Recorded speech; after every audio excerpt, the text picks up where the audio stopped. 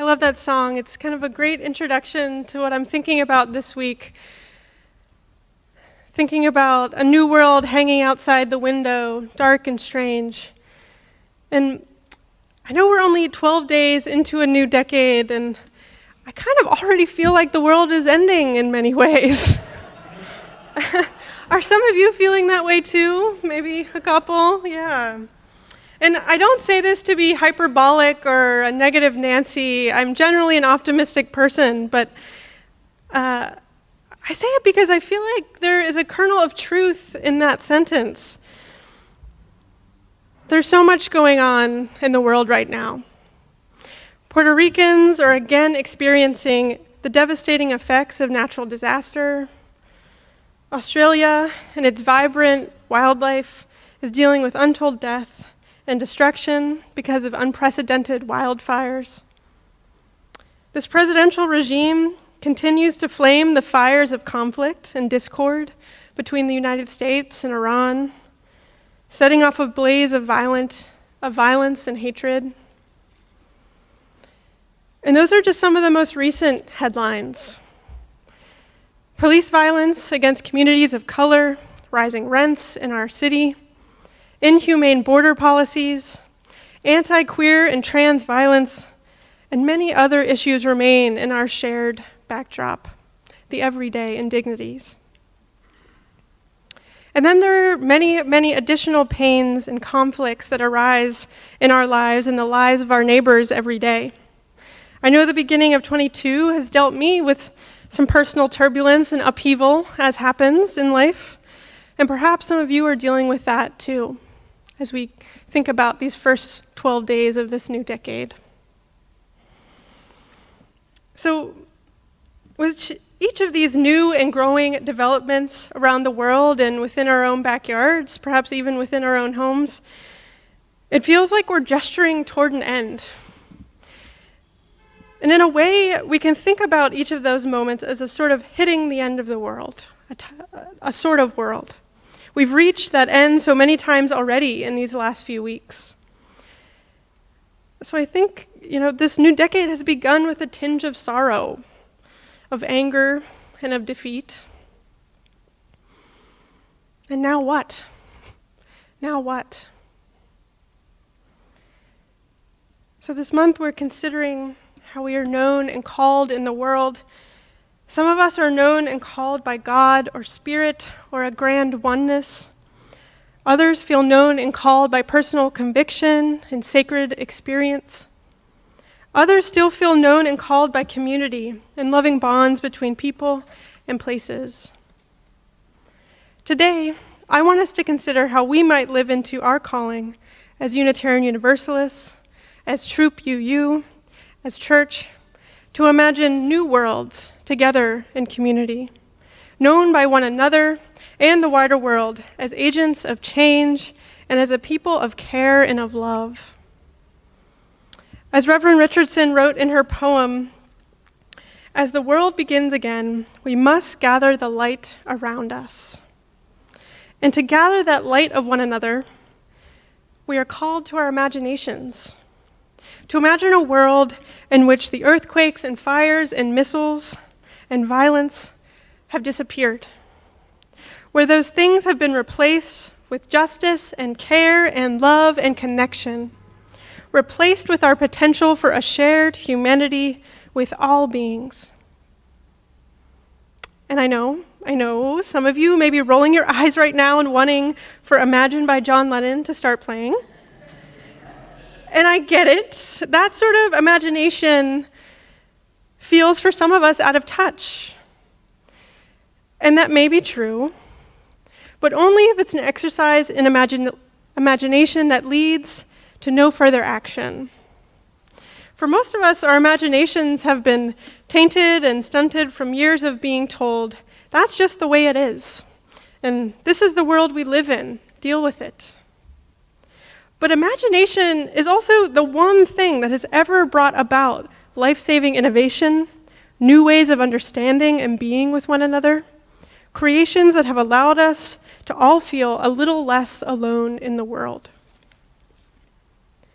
This call to imagination brings us to a sort of sacred anarchy, a sacred anarchy. And this is a term that was coined by theologian John Caputo, whose work forces us to turn everything we've understood about God or about the universe, about community, on its head. His work is so revolutionary because it reconnects us with an understanding of the things that create meaning in life and the things that I personally feel called to be and do in the world that respond to something higher, something bigger than the trappings of this world. He zeroes in on eschatology, which is a really big word that just means the theological study of the end of the world, the end of what we know, of the final destiny of our souls for some. And I think we're living in a time where we are urged to consider what our eschatology of this world might be. If this world as we know it ends, what might something new, something different look like? Caputo encourages people in faith communities to create a divine disturbance in the world. He writes, rather than identifying the highest entity or nominating the supreme governor who everywhere brings order, my anarchic suggestion is to think of the name of God, of Spirit, as the name of a disturbance or a holy disarray.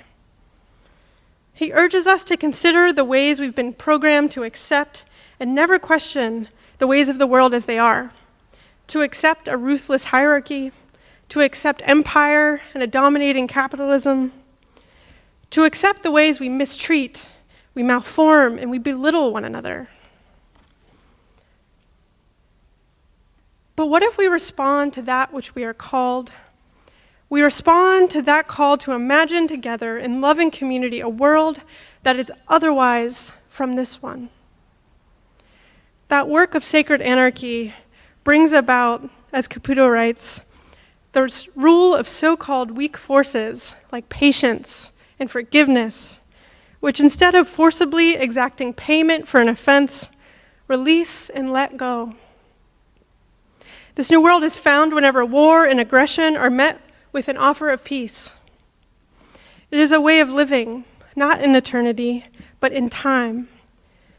A way of living without why, living for the day, like the lilies of the field, as opposed to mastering and programming time, calculating the future, and containing and managing risk. It reigns wherever the least and most undesirable are favored, while the best and most powerful are put on the defensive. The powerless power of this place prevails whenever the one is preferred to the 99. Whenever one loves one's enemies in the world which believes in power and which counsels us to fend off our enemies and keep the circle of kin and kind, of family and friends fortified and tightly drawn. The higher place obeys the law of reversals and virtue, of which whatever is first is last. Whatever is out is in. Whatever is lost is saved. Where even death has a certain power over the living, all of which confounds the dynamics of strong, dominating forces. So these words for me provide a powerful roadmap, an inspirational call to all of us to imagine this otherwise world in the here and the now, to upend the ways of being that dominate, that violate, that cause pain, and to instead instill a new way of being with one another, one that is founded on caring, on showing up for one another, on forgiveness, and on love. How might we live into this as Unitarian Universalists? How might we lead the charge in committing acts of sacred anarchy? This new place we imagine together in community calls us ultimately, I think, toward eudaimonia. And that is a Greek word that is often translated into English as human flourishing. It's an ancient concept, one that's been attributed to Plato and has been made foundational for many philosophical and spiritual traditions. And I love this concept of eudaimonia because it's not prescriptive. It's not a blanket solution for each of us. It's a space that allows for the full range of human emotion. Sometimes we will feel sorry, we will feel anger, we will feel worry. Sometimes happiness, we'll feel love and worthy. But all of these emotions, as lovely as many of them are temporary states of being. What is lasting, what is continuously a worthwhile aim is eudaimonia, is flourishing. You or I can't determine the best path forward for any one person. The beauty of our differences teaches us that that is something we must decide for ourselves. But in community, we can advocate for and encourage one another toward a communal flourishing of ourselves and of all that surrounds us. So, church, how might we imagine this new place that we're called to create so that it centers our communal flourishing, our communal eudaimonia? Just this past week, I participated in something that provided to me a glimmer of communal flourishing, of sacred anarchy.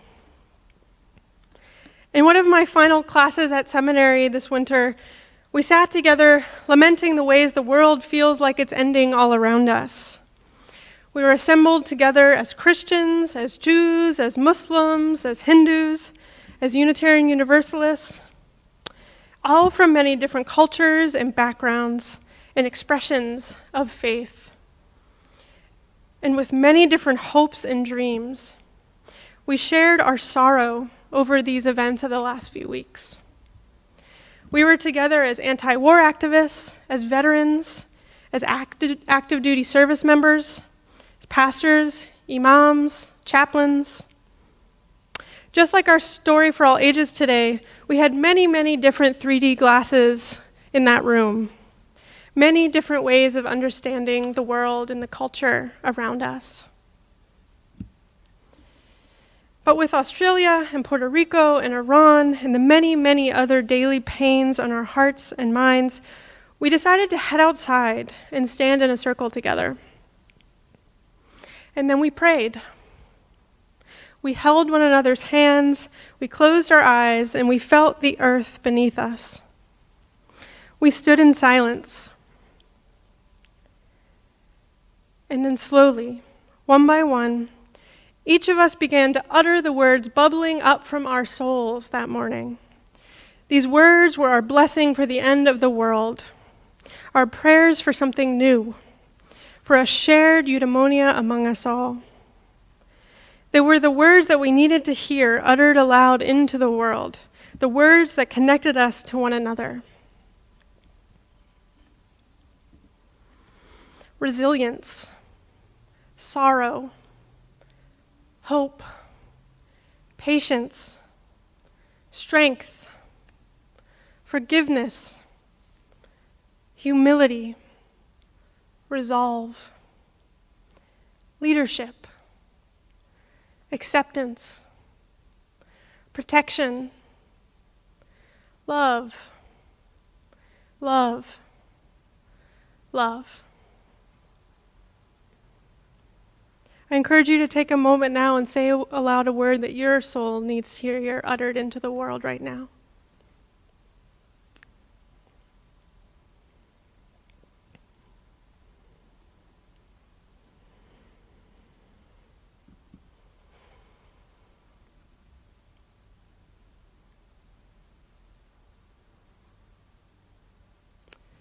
So amidst all of our many differences in that circle, we shared together in our humanity in one unbroken ring, feeling the sun and the wind on our skin and the ground beneath our feet.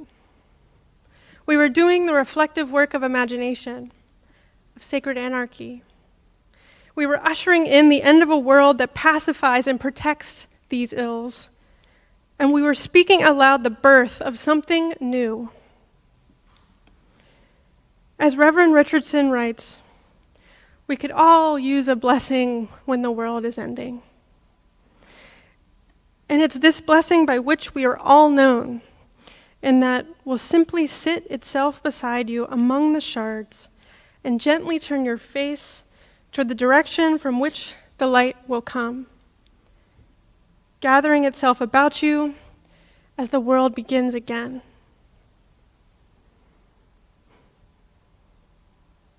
May it be so, and amen.